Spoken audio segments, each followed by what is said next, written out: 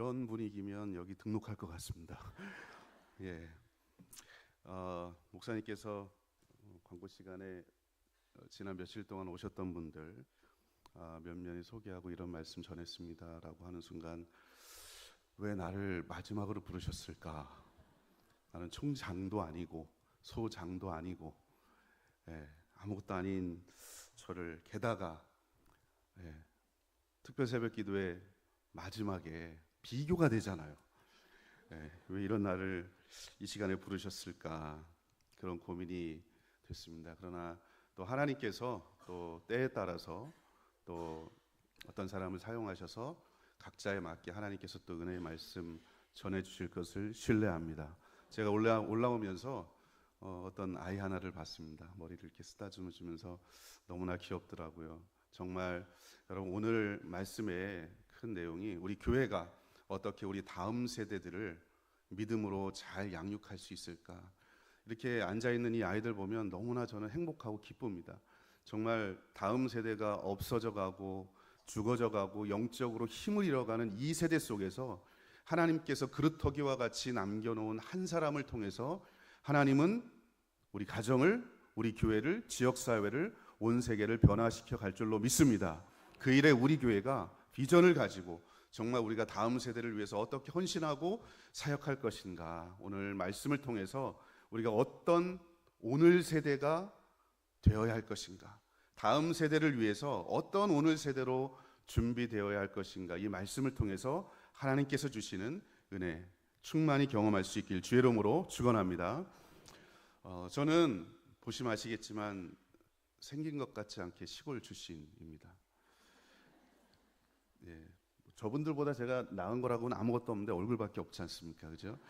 시골 출신인데 제 고향이 경기도 양평군 청운면 비룡리 밤골이라는 곳입니다. 골입니다. 골. 완전히 시골입니다. 근데 여러분, 시골에서 제가 고등학교 때까지 쭉 자랐는데요. 시골에서 사는 사람들은 아마 아실 겁니다. 가을이 되면 추수를 다 끝나고 하는 행사가 하나 있습니다. 아마 들어보셨는지 모르겠지만 산판이라는 걸 합니다. 산에 나무들을 베는 작업들이죠. 잡목들을 베고 이제 산을 정리하는 산판이란 걸 쫙 합니다. 그리고 가을에 그렇게 산판을 하고 겨울이 지나면 봄에 한 3, 4월쯤에 또 하는 행사가 하나 있습니다. 우리가 아는 것처럼 4월 5일 무슨 날이죠? 식목일이잖아요. 그렇게 비워진 산의 공간에 나무를 심는 작업을 항상 합니다.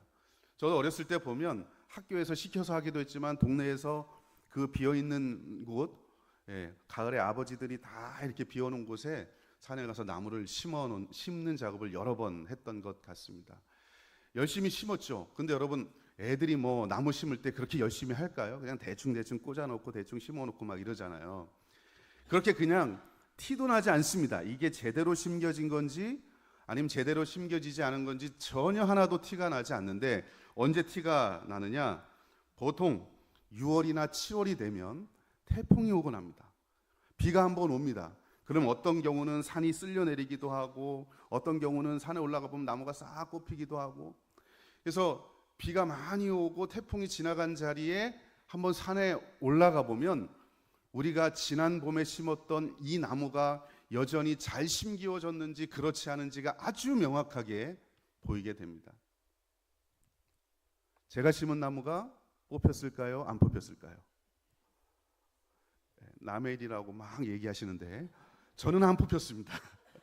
제가 심은 나무는 안 뽑혔어요. 왜냐하면 심을 때 땅을 깊이 파고 나무를 제대로 심고 발로 밟고 물을 주고 가끔씩 뒷동산에 올라가서 이것이 정말 잘 자라는지 보기도 하고, 가물 때는 가서 나무에 물을 주기도 하고. 그런데 옆에 있는 어떤 나무들은요, 비가 한번 오고 나면 그냥 쓸려 내리고 말라 있는 겁니다.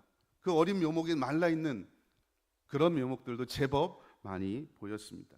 제가 그걸 보면서 똑같이 심은 거고 똑같이 태풍을 맞았지만 어떤 나무는 여전히 견고하게 뿌리를 내리고 있는 나무가 있고, 또 어떤 나무는 똑같이 비바람 맞았는데 완전히 쓰러져 버려서 고사한, 말라 죽어버린 그런 나무가 있는구나.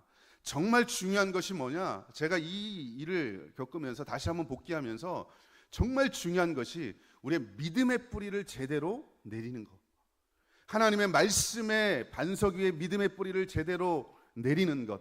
그렇지 않으면 작은 묘목이 비가 왔을 때, 창수가 났을 때, 바람이 불 때, 태풍이 불 때 쓰러져 버려서 완전히 말라버리는 것처럼 어쩌면 우리의 영혼도 그렇게 말라버릴 수밖에 없겠다라고 하는 것입니다.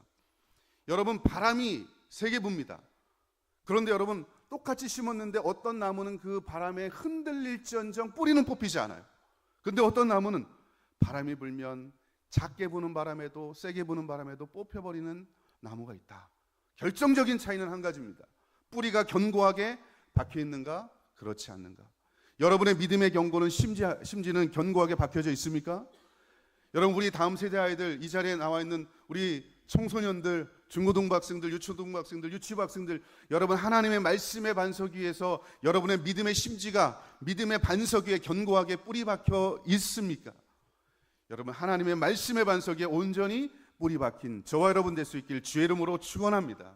여러분, 그런데 저는 이 이야기를 제가 준비하면서 어쩌면 다음 세대 아이들도 영적으로 매일매일 흔들리는 경험을 하는 것 같아요.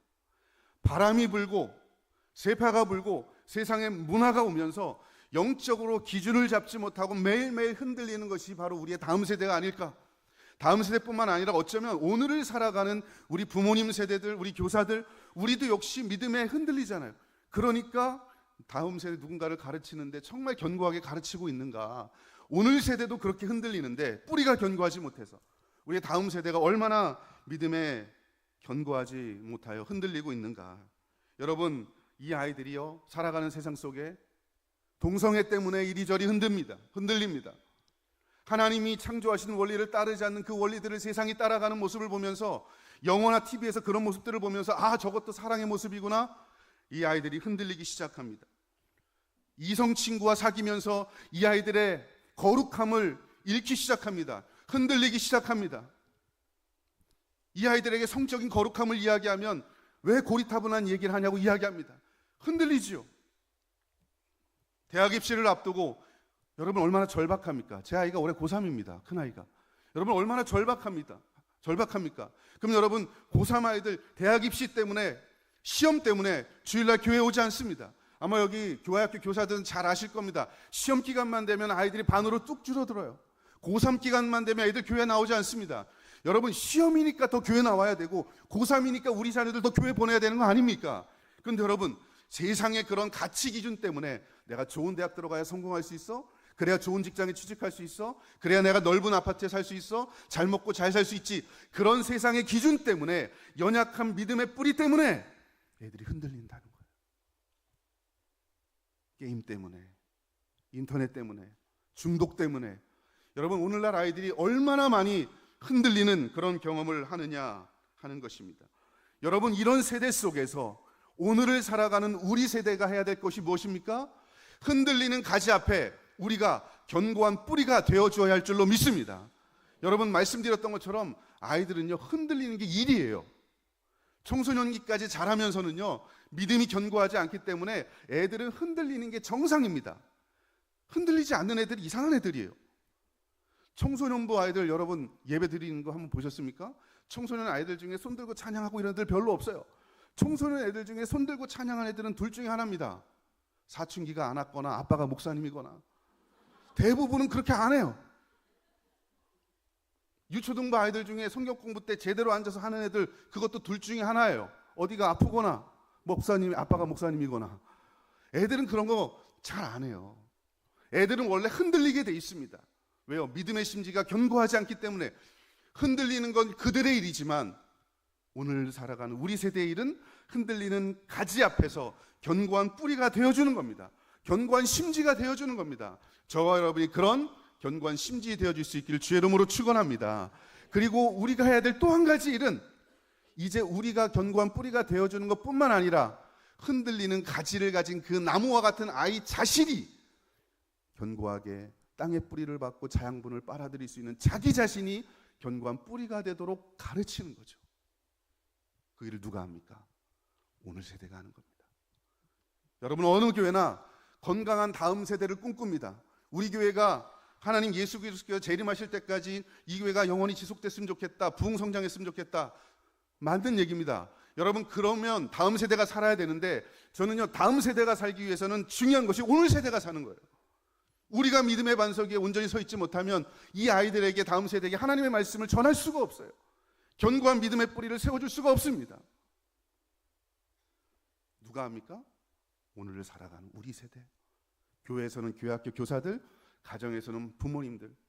저는요, 자녀 출가 다 시켰는데요, 여러분, 자녀를 출가시킨 우리 부모님들, 여러분, 하나님께서 왜 우리 생명 지금까지 남겨두셨는지 아십니까?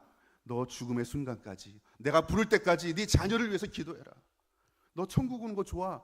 그런데 네 자녀, 네 손주들 믿음의 반석 위에 견고히 뿌리 받고 믿음 성장했으면 좋겠어. 여러분, 그것 때문에 우리 생명 여전히 연장시켜주는 줄로 믿습니다. 그것 때문에 건강한 거예요.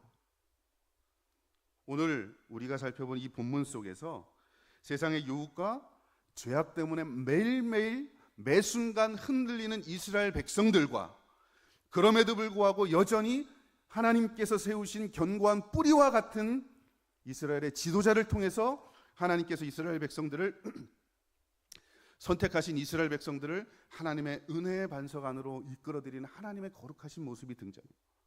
오늘 이 말씀 속에서 오늘을 살아가는 우리 세대가 해야 될 가장 중요한 책무가 무엇인지를 살펴보면서 오늘 하나님의 은혜를 나누고자 하는 것입니다. 여러분, 우리가 읽었던 이 사무엘상 12장은요 이스라엘 백성들을 향한 사무엘의 마음, 그리고 궁극적으로는 하나님 아버지의 마음이 담겨져 있는 내용입니다.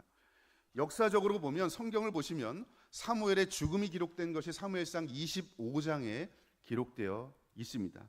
그런데 여러분, 사무엘이 죽기 전에 실질적으로 마지막 사역을 했던 것이 사무엘상 15장, 16장에 기록되어 있고, 한 10장 정도의 사무엘에 대한 기록이 그리 많이 나오지 않습니다.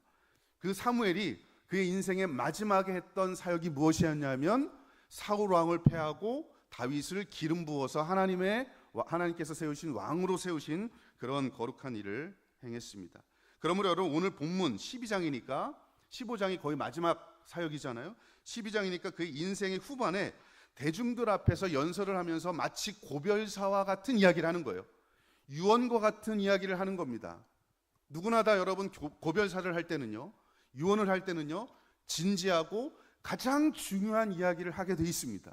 오늘 사무엘이 사역을 정리하면서 내가 이스라엘 백성들에게 도대체 어떤 이야기를 하고 남기고 역사 속에서 사라져갈 것인가 하는 것입니다. 여러분, 그 내용을 담고 있는데요, 여러분, 이 고별사의 구조를 보면 이렇습니다. 내용이, 구조가 이래요. 이스라엘 백성들이 범죄한 내용들이 나옵니다. 그러면 하나님께서 심판하겠다고, 진노하셔서 심판하겠다고 선포하는 내용이 나오고요, 그러면 이스라엘 백성들이 하나님 앞에 회개하고 다시 돌아오겠다는 구절이 나오고요, 그러면 하나님께서 회개하는 이스라엘 백성들을 향해서 하나님께서 세우신 견고한 지도자를 보내주셔서 이스라엘 백성들, 선민을 회복시켜 주시는 장면이 등장합니다. 범죄하죠? 하나님께 부르짖죠? 하나님이 진노하시죠? 그럼 하나님께서 용서하시죠? 선지자를 보내주시죠? 이런 패턴, 여러분, 이런 패턴 많이 보시지 않습니까? 여러분, 사사기의 내용이 전형적으로 그렇습니다. 이스라엘 백성들이 범죄할 때마다 늘 이런 패턴이고, 마지막에는 하나님께서 사람을 보내셔서, 지도자를 보내셔서 이스라엘 백성들을 회개시키시고 올바른 길로 갈 수 있도록 안내시켜주는 것, 그게 사사기의 패턴인데, 오늘 이 본문의 말씀도 그렇게 기록되어 있습니다. 이스라엘 백성들 항상 나뭇가지와 같이 흔들렸지만 하나님께서는 공동체 안에서 흔들리지 않는 견고한 뿌리와 같은 지도자를 통해서 이스라엘 백성들을 세워주시고 살려주시는 모습이 오늘 본문에도 등장합니다. 여러분, 본문에 보면 두 가지로 이 패턴을 설명을 해요. 백성들, 흔들리는 백성, 견고한 뿌리와 같은 이스라엘 지도자, 하나님이 어떻게 세우셨는가, 두 가지 사건을 통해서 하나님의 역사를 보여주시는데, 그 첫 번째가 뭐냐면, 우리가 다 읽진 않았지만 사무엘상 12장 9절부터 11절 이하에 나오는 말씀인데요, 이런 말씀이 나옵니다. 여러분, 사무엘은요 8절과 9절 여기 보시면, 애굽의 압제로부터 하나님께서 구원하셨으나 광야에 나와서 이스라엘 백성들이 불순종하면서 막 믿음이 흔들리는 모습, 그 모습이 등장합니다. 여러분, 이스라엘 백성들을 출애굽시킬 때 하나님이 어떻게 역사하셨습니까? 10가지 재앙으로 이스라엘 백성들을 하나님이 강권적으로 출애굽시키셨어요. 믿음의 체험이 있는 백성들입니다. 광야에 나와서는 어떤 은혜를 경험했습니까? 홍해가 갈라지는, 그리고 자기를 따라오던 애굽의 군사들이 다 죽어버리고 이스라엘 백성들을 보호받는 그런 놀라운 경험을 했던 사람이 이스라엘 백성들이죠. 흔들릴 일이 없는 사람들입니다. 체험 있는 백성들입니다. 광야에 나왔습니다. 먹을 게 없습니다. 만나와 메추라기를 통해서 하나님께서 이스라엘 백성들을 40년 동안 먹여주셨습니다. 일하지 않아도 하나님께서 때에 따라서 시에 따라서 먹여주셨어요. 체험이 있는 이스라엘 백성들의 신앙입니다. 낮에는 구름 기둥으로, 밤에는 불 기둥으로, 어디로 가야 할지, 언제 가야 할지 모를 때마다 하나님께서 언약궤를 앞에 두고 구름 기둥과 불 기둥으로 이스라엘 백성들을 인도하셨던 분이 하나님이시요. 체험이 있는 백성이에요. 그런 체험이 있음에도 불구하고 이스라엘 백성들이 광야에 나와서 오늘 사무엘이 뭐라고 하냐? 흔들립니다. 여러분, 우리가 하나님이 우리 매일 살아가는 날 동안 만나와 메추라기를 주시고 구름 기둥과 불 기둥으로 인도하시는 거 우리가 매일 경험하고 눈으로 보면 여러분 흔들리시겠어요? 아마 흔들리실 겁니다. 근데 이스라엘 백성들은 그렇게 흔들립니다. 그래서 하나님께서 진노하세요. 선택한 백성인데 너희들 내가 이렇게 지켜줬는데, 그래서 하나님께서 징계하십니다.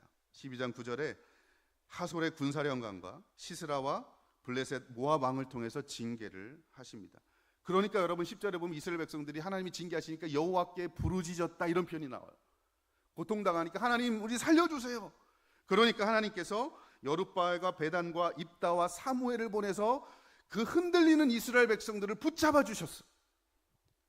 이게 첫 번째 예시입니다. 너희 역사 가운데 늘 그랬어. 너희들 늘 흔들렸고 믿음 없어서 흔들리고 말씀의 중심에 사로잡히지 못해서 흔들리고, 그런데 나는 여전히 지도자를 보내서 흔들리는 너희를 붙잡아줬어. 여전히 나를 신뢰하지 않을래?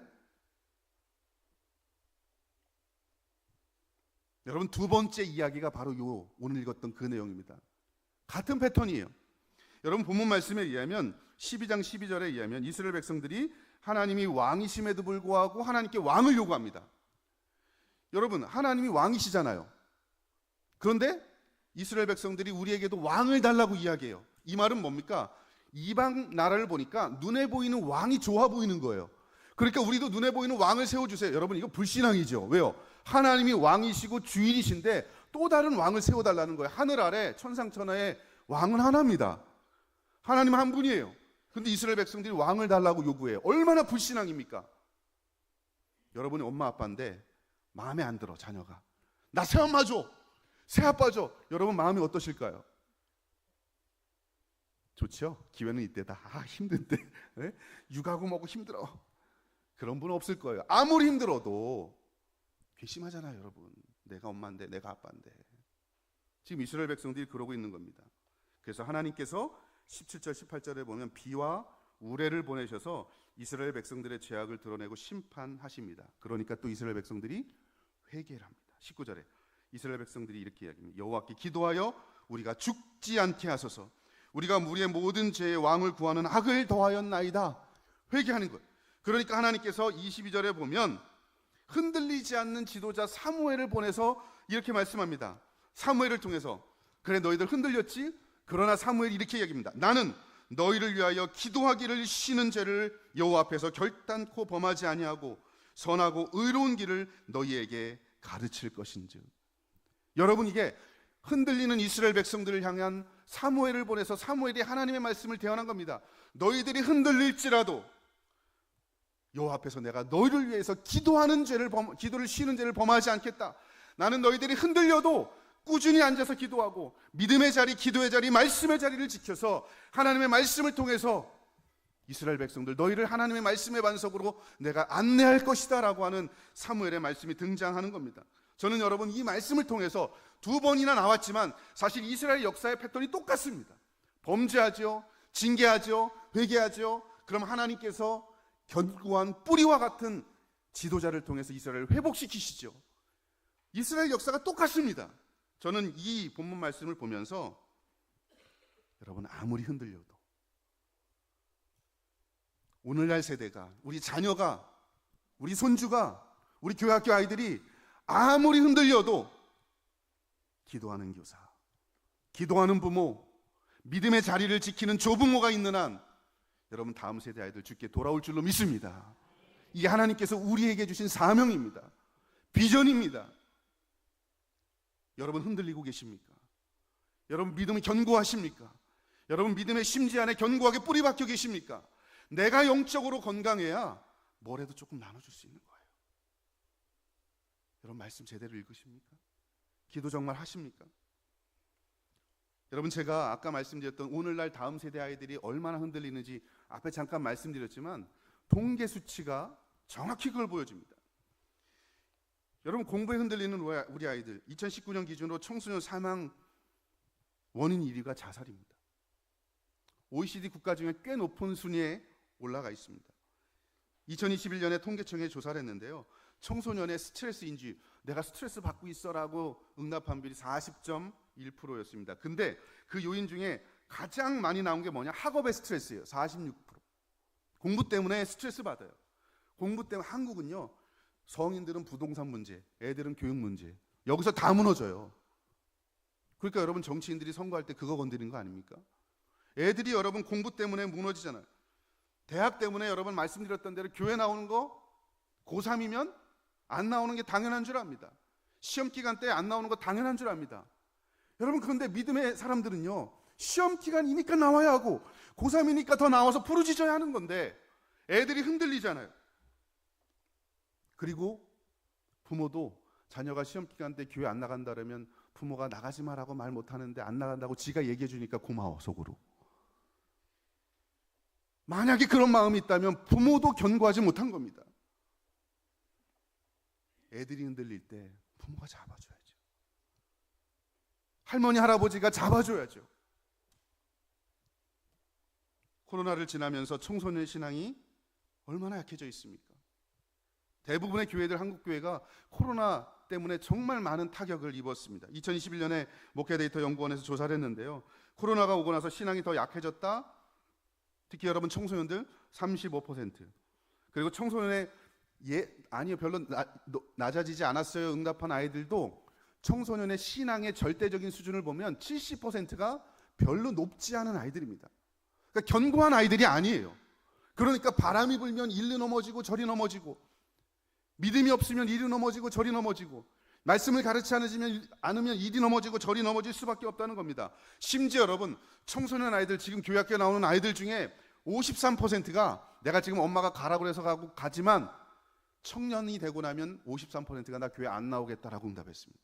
내가 스스로 뭔가를 할 수 있을 나이가 되면 나 교회 안 나오겠다. 지금 어쩔 수 없이 교회 나가지. 여러분 이게 우리 아이들의 현실이고 여러분의 자녀와 손주들의 현실입니다. 그런 아이들 붙잡아주고 계십니까? 사무엘처럼 기도하면서 붙잡아주고 계십니까? 학교에 가면 진화론과 성적인 여러분 정체성의 혼란을 겪는 애들이 얼마나 많이 있는지 모릅니다. 진화론이 당연한 거로 믿고 가르칩니다. 여러분 그러나 하나님이 창조하셨음을 믿는 것을 거부하면 이 창조에 대한 신념이 믿음이 무너지면 우리의 믿음은 헛거예요. 왜요? 하나님이 창조하셨음으로부터 시작해서 우리가 있는 거 아닙니까? 하나님의 형상이고 구원의 문제도 거기서부터 출발하는데 여러분 진화론 배우고 옵니다. 근데 교회에서는요 설명도 안 해줍니다. 흔들릴 수밖에 없어요. 성적인 자기결정권 이야기하면서 여러분 자기가 스스로 내가 내 성을 결정할 수 있다고 이야기합니다. 하나님은 명확하게 남자와 여자로 만드셨는데 세상은 아니야. 네가 네 성 결정할 수 있어. 오늘 자고 일어났는데 제가 남자인데요 여러분. 제 남자예요. 부인할 수 없는 남자인데. 근데 여러분 아침에 일어났는데 오늘 느낌이 여자 같아. 그럼 여자 화장실에 가도 되는 시대가 됐습니다. 그래서 여러분 미국 같은 곳은요 성중립 화장실을 이미 만들어놔요. 그런 사람들 가라고, 자유롭게 가라고. 여러분 이게 우리나라에 안 들어올 것 같습니까? 이미 우리나라에도 들어와 있습니다. 모두를 위한 화장실이라고 이미 만들어진 대학이 있습니다. TV와 영화를 보면 동성애를 다룬 영화가 얼마나 많은지 모릅니다. 그러면서 동성애를 하는 사람들을 보면서 막 사회적 시선이 차갑잖아요. 차별받는다고 이야기하고 핍박받는다고 이야기하고 그런 모습을 보면서 애들이 왜 저럴까? 저렇게 아름다운 사랑인데 여러분 그런 걸 보면서 애들이 세상 가운데서 다 물들어가고 흔들리는 모습이 오늘날 우리 아이들, 여러분들의 손주들의 모습, 지금 여러분 내 눈앞에 손주 안 보이니까 얘가 어떤 시대에 살아가는지 모르잖아요. 그런 시대를 살아가는 게 우리 자녀들, 손주들의 모습입니다. 제가 속해 있는 기독교 학교교육연구소에서 2022년에 연구를 하나 했습니다. 물어봤더니 청소년들의 38% 기독교 학교에 다니는 아이들, 그러니까 여러분 믿음이 있는 애들이죠. 38%가 종교가 불필요하다. 종교 별 의미가 없다. 필요 없다. 그런 얘기를 합니다. 입시 때문에, 외모 때문에, 문화 때문에 반기독교, 탈기독교, 무종교 이런 문화적인 것 때문에 얼마나 많이 흔들리는지 모릅니다. 여러분 그렇게 흔들리는 이 세대 속에서 누가 붙잡아줘야 할까요? 누가 견고한 뿌리가 되어줘야 할까요? 무엇으로 이 아이들을 붙잡아줘야 할까요? 하나님께서는요, 말씀과 기도로, 오늘 사무엘처럼 말씀과 기도로 오늘을 살아가는 우리들에게 그런 책임을 주셨는 줄로 믿습니다. 여러분 진짜 가슴으로 그 책임을 느끼고 계십니까? 여러분 특수하잖아요. 뭐 앞부분에 어떤 말씀 하셨는지 모르겠지만 대부분은 여러분 자신의 신앙을 위한 하나님의 말씀일 겁니다. 근데 여러분 오늘은요, 특별히 여러분의 자신도 중요하지만 믿음의 대를 이으려면, 믿음을 계승하려면 여러분이 왜 견고하게 있어야 되는가? 내 자녀의 신앙을 견고하게 하기 위해서. 성경에 혹은 기독교의 역사를 보면 여러분 위대한 사람들은요, 공교롭게도 또 감사하게도 우리와 비슷하게 역사를 살펴보면 위대한 사람들의 상당수가 믿음이 흔들렸던, 신앙이 흔들렸던 그런 경험을 한 사람들이 제법 많이 있습니다. 우리가 아는 것처럼 아마 여러분 들어보셨을 겁니다. 어거스틴 들어보셨죠? 이 어거스틴 우리가 알고 있는 유명한 신학자요, 역사가입니다. 근데 여러분 이 어거스틴도 얼마나 여러분 젊은 시절에 흔들리는 방황을 했는지 모릅니다. 오늘 이스라엘 백성들이 흔들리는 그런 경험을 했던 것 같아요. 기독교인 어머니 밑에서 태어났습니다. 근데 여러분 17살 때 그 기독교 가정에서 자라는 걸 싫어해서 고향인 타가스테를 떠나서 그 사람이 큰 카르타고로 유학을 떠나게 됩니다. 어머니의 바람은 이 아이가 정말 하나님의 은혜 가운데, 말씀 가운데 기독교 신앙 안에서 잘 자랐으면 좋겠다라는 그런 마음을 가지고 늘 기도했어요. 그런데 이 어거스틴은요, 낯선 여자와 동거하면서 방탕한 생활을 하기 시작합니다. 지금 여러분 남의 이야기에서 별 감동이 없으신데 우리 자녀가 믿음 안에서 잘 키워서 근데 그럼 이상한 사람하고 결혼했다고 칩시다. 이상한 종교를 가지고 있는 사람하고 결혼했다고 쳐보십시오. 여러분 가슴이 어떨까요? 마음이 찢어지겠죠. 게다가 그것도 참 힘든데 만이교라고 하는 이상한 종교에 빠진 거예요. 이단인데 이단. 오늘날로 말하자면 이단 우리 저분 오셔서 얘기했잖아요. 이단 종교에 빠진 거예요. 정결하지도 못하고 이단 종교에 빠진 거예요. 그렇게 세월을 보내게 됩니다. 죄악을 저지른 게 되죠.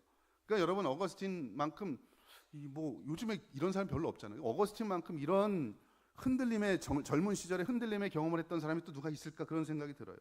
그런데 여러분 그의 어머니 모니카는요, 이 아이가 그 소식을 들을 때마다 하나님 앞에 기도하는 거예요. 애가 흔들린다는 소식을 들을 때마다 하나님 앞에 기도하면서 하나님, 이 살려주십시오. 하나님 이 아이 불쌍히 여겨주십시오. 하나님 이 아이 다시금 죽게 돌아올 수 있도록 주여 인도하여 주시옵소서. 엄마가 견고한 뿌리가 돼서 흔들리지 않은, 게다가 여러분 그렇게 흔들리고 있을 때 그 엄마의 기도였던 것 같아요. 밀라노에서 감독을 하고 있었던 암브로시우스라는 사람의 설교를 이 어거스틴이 듣게 됩니다. 이 어거스틴이 그 설교를 들으면서 자기가 빠져 있었던 만이교가 무엇이 잘못됐고 내가 왜 이렇게 됐는지 그때 회개하고 죽게 돌아오게 됩니다. 그래서 어머니의 간절한 기도와 암브로시우스 스승의 말씀 가르치는 기도와 말씀이죠. 이것 때문에 AD 387년 부활절에 세례를 받고 그리스도를 영접하고 내 인생의 방향을 이쪽으로 가다가 완전히 그리스도께로 틀어버리는 놀라운 인생의 전환의 경험을 하게 됩니다. 여러분 그리고 나서 이 사람이 쓴 위대한 책들이 얼마나 많은지 모릅니다. 이 사람이 한 여러분 위대한 설교가 얼마나 많은지 모릅니다. 영혼을 살리고 사람을 살리는 위대한 신학자가 됐습니다. 결정적인 이유가 어디 있다고요? 흔들릴 때 어머니가 붙잡아주고 암브로시우스와 같은 교회학교 교사가, 목사님이, 전도사님이, 주일학교 교사가, 우리 교회 온 성도들이 기도하면서 말씀으로 붙잡아줬기 때문에 견고하게 설 수 있었던 것입니다. 여러분, 우리가 그런 사람 돼야 되지 않을까요? 저 여러분이 힘들지만 어쩌면 내 신앙 하나 간수하는 것도 힘들 수 있어요. 그러나 여러분, 말씀드렸던 것처럼 하나님 우리 생명을 연장시켜 주신 이유가 있어요. 너 하나 신앙생활 잘해라, 그것 때문에 연장시켜 주신 건 아닌 것 같아요. 네게 맡겨주신 어린 영혼들 주께 돌아오게 하는 역할을 감당해라. 여러분이 거룩한 사역에 귀하게 쓰임받는 우리 모두 될 수 있길 주의 이름으로 축원합니다. 여러분, 그렇다면 흔들리는 백성들을 붙잡을 수 있는 두 가지 비책이 무엇일까? 오늘 본문 말씀 속에서 사무엘이 흔들리는 이스라엘 백성들 앞에서 흔들리지 않게 하는 두 가지 역할이 과연 무엇이었을까? 정답은요, 다른 거 없습니다. 기도와 말씀입니다. 여러분, 복음에 사로잡힌 교회, 왜 우리가 사로잡혀야 됩니까? 흔들리는 다음 세대 백성들을 위해서 기도하고 말씀 전하는 것, 그 사역을 하기 위해서 복음에 사로잡힌 교회가 돼야 되는 거예요. 오늘 사무엘상 우리가 읽었던 핵심적인 구절이 12장 23절입니다. 본문에 보면 나는 너희를 위하여 기도하기를 쉬는 죄를 여호와 앞에서 결단코 범하지 아니하고 선하고 의로운 길을 너희에게 가르칠 것이다. 나 기도 쉬지 않겠다. 선하고 의로운 길을 너희에게 가르쳐 주겠다. 이게 지도자였던 사무엘이 백성들 앞에서 선포했던 내용입니다. 첫 번째가 뭐라고요? 기도예요. 기도를 나는 쉬지 않겠다. 여러분, 기도 쉬지 않고 기도하고 계십니까? 정말 자녀의 신앙을 위해서 기도하고 계십니까? 여러분, 이 기도를 쉬지 않겠다라고 이야기했던 이 기도를 쉬는 죄가 어떤 특정한 죄를 말하는 것이 아닙니다. 오히려 이 말씀은요, 사무엘이 이야기했던 이 말은 뭐 특정한 죄의 종류 중에 하나 이런 게 아니라 기도하지 않으면 안 되는 절체절명한 위기에 나온 고백이라고 볼 수 있는 거예요. 지금 상황이 얼마나 영적으로 암울하고 힘든 상황인지 알기 때문에 기도하지 않고는 견딜 수 없는 이 사무엘의 마음을 이렇게 표현한 거예요. 여러분, 당시가 얼마나 영적으로 힘들었는지 아십니까? 영적으로 사무엘상 3장 1절에 보면 여호와의 말씀이 희귀해서 이상이 흔히 보이지 않았다. 여러분, 여호와의 말씀이 희귀했대요. 여호와의 말씀이 계시가 보이지 않아, 이상이 보이지 않아, 하나님의 말씀이 없어요.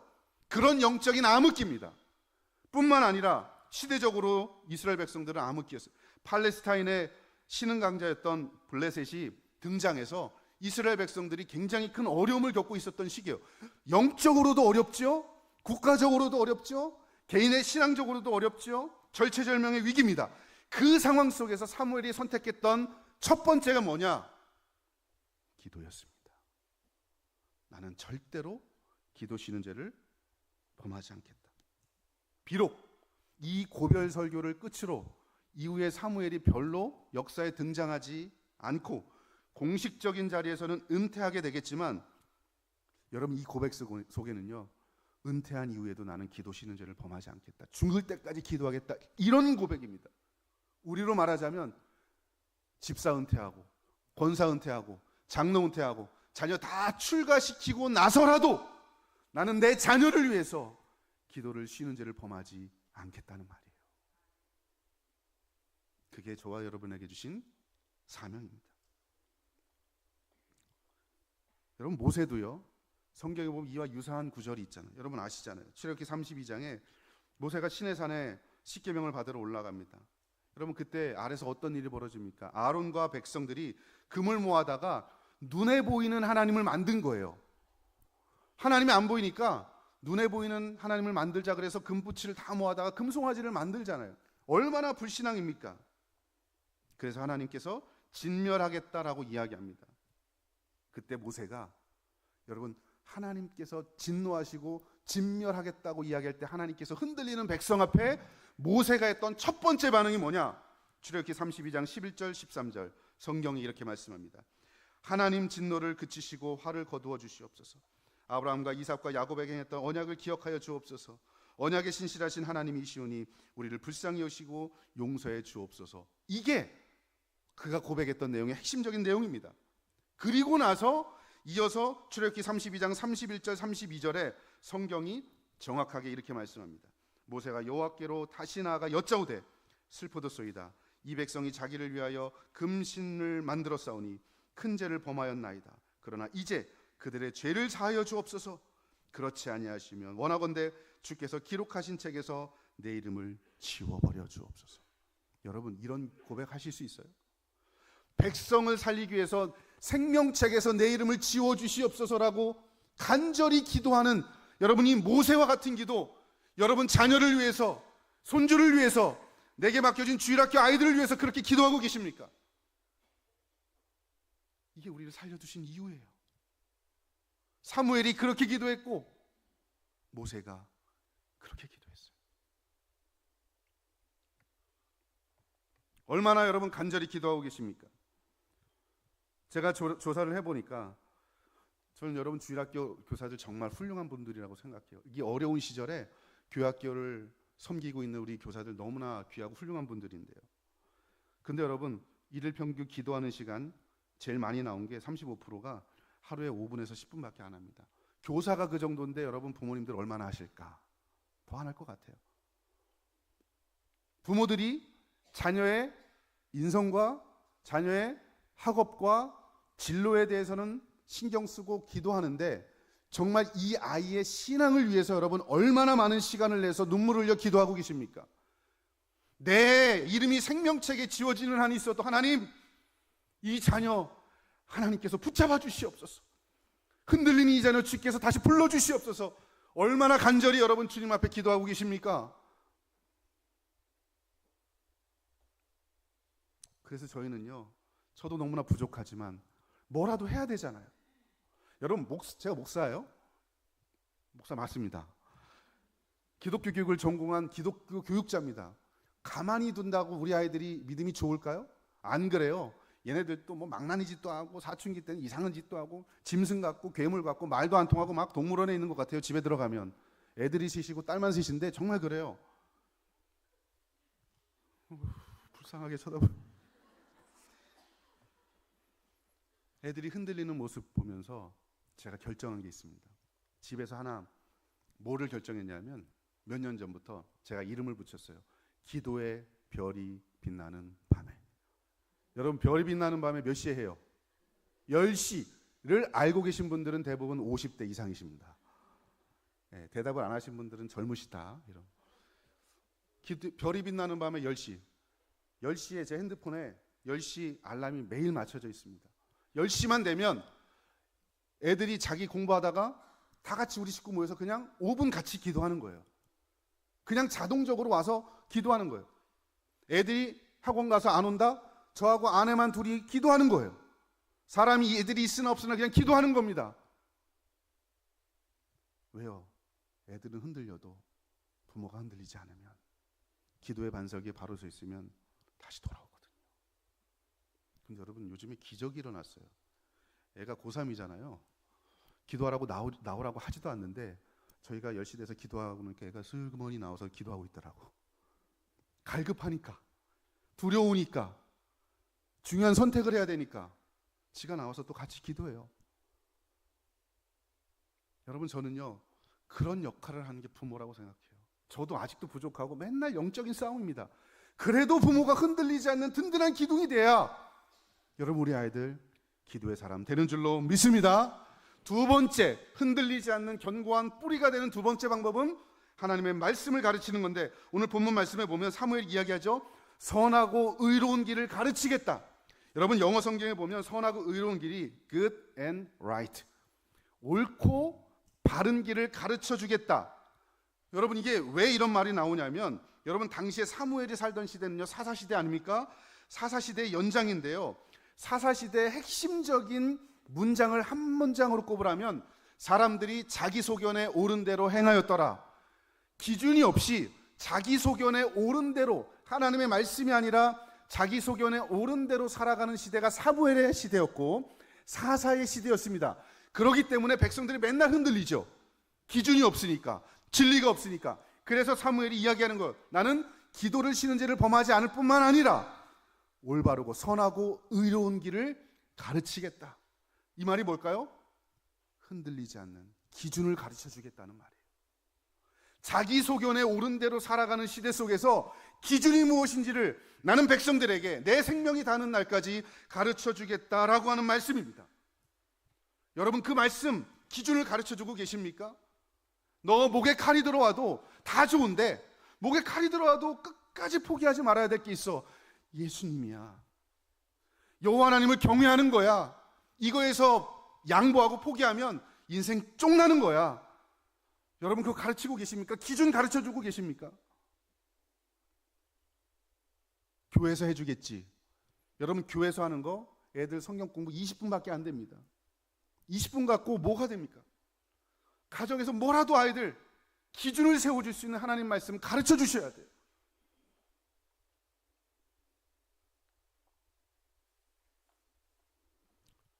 부족하지만 그래서 제가 매일 아침에 하는 게 있습니다. 여러분, 제가 이 사례를 들어드리는 이유는 여러분도 할 수 있으면 하라는 거예요. 아까 기도의 별이 빛나는 밤에 그냥 10시만 되면 무조건 기도하시고, 애들이 있으나 없으나.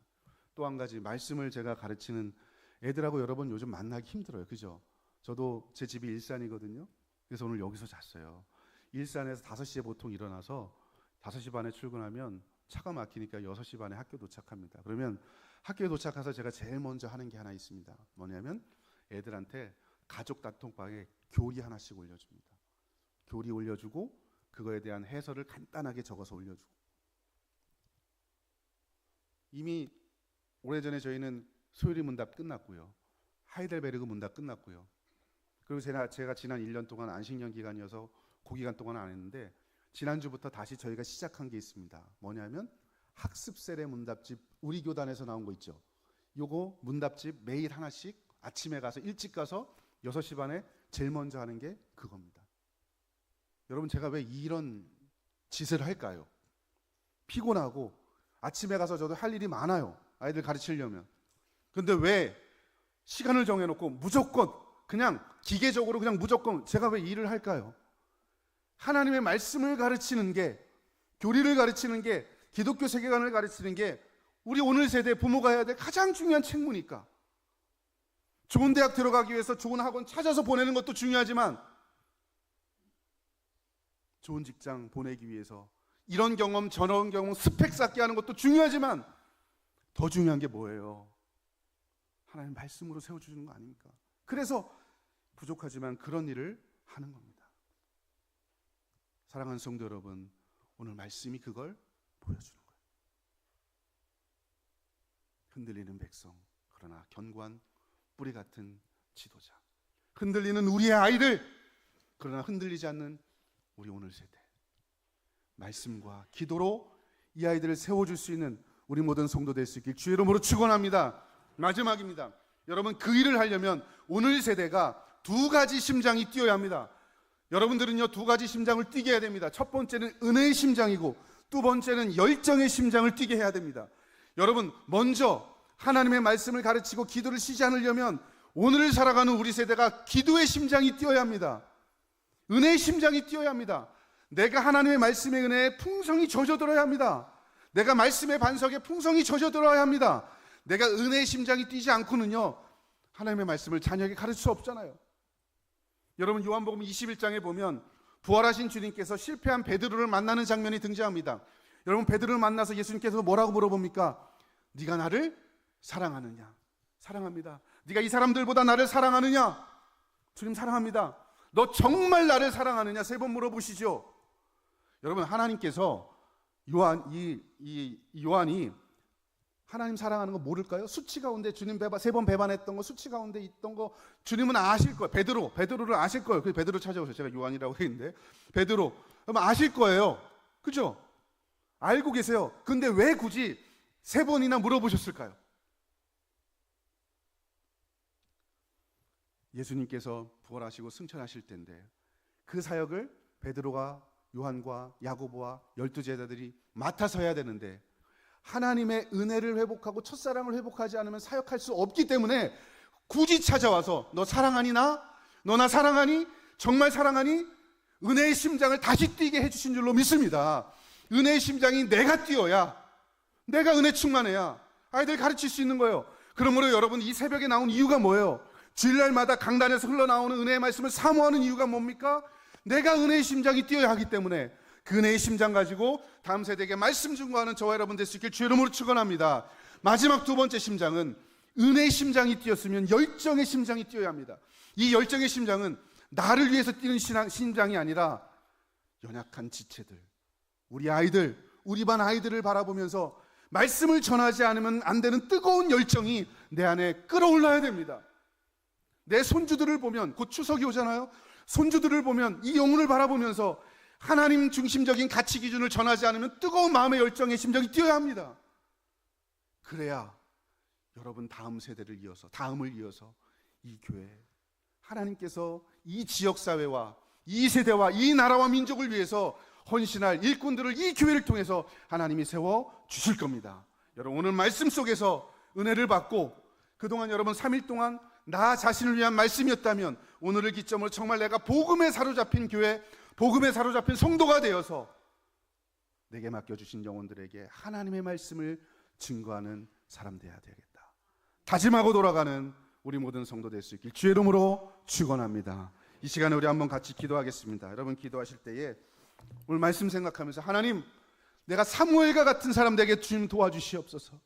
나는 부족하고 연약하지만 내 생명 다하는 날까지 기도를 쉬는 죄를 범하지 않겠습니다. 하나님, 나 의롭고 선한 길을 가르치겠습니다. 주님께서 인도해 주시옵소서. 여러분 이 시간 우리 한번 다 같이 주여 한번 부르고 오늘 말씀 생각하면서 하나님, 나 은혜와 열정의 심장이 뛰어서 정말 그런 사람들에게 도와주시옵소서. 다 같이 통성으로 기도하겠습니다. 주여 한번 부릅니다. 주여! 하나님 아버지, 은혜를 감사합니다. 특별 새벽 기도를 감당하면서 우리가 아버지 하나님이여, 내가 하나님의 은혜를 입은 자로서 어떻게 살아가야 할 것인지 오늘 말씀을 통해서 우리에게 주신 하나님의 은혜를 기억합니다. 아버지 하나님, 분명한 것은 내게 은혜를 주신 이유는 나 혼자 내가 살아가는 오늘 세대만 잘 먹고 잘 살기 위한 것이 아닌 줄로 압니다. 하나님 아버지, 내 생명을 연장시켜 주신 이유는 하나님 아버지, 정말 나를 통해서 내게 맡겨진 영혼들과 우리의 다음 세대 자녀들을 위해서 하나님 말씀을 증거하기 위해서 나를 불러주셨는 줄로 믿습니다. 아버지 하나님여, 그 사역을 주님이 오시는 그날까지 믿음으로 감당할 수 있도록 주여 도와주시옵소서. 하나님, 주께서 맡겨주신 이 사역에 내 생명 걸고 아버지, 내가 생명 다른 날까지 헌신하며 충성하게 도와주시옵소서. 흔들리는 우리의 자녀들을 위해서 기도합니다. 하나님 아버지, 이렇게 흔들리고 저렇게 흔들리고 세상의 문화 속에서 세파 속에서 흔들리는 우리의 자녀들, 공부 때문에 흔들리고 식장 때문에 흔들리는 우리의 자녀들을 위해서 아버지 하나님, 내가 흔들리지 않는 견고한 나무가 되게 도와주시고 뿌리가 되게 도와주시고 믿음의 반석 위에 견고히 설 수 있는 우리 될 수 있도록 주님 도와주시옵소서. 하나님의 은혜를 기다립니다.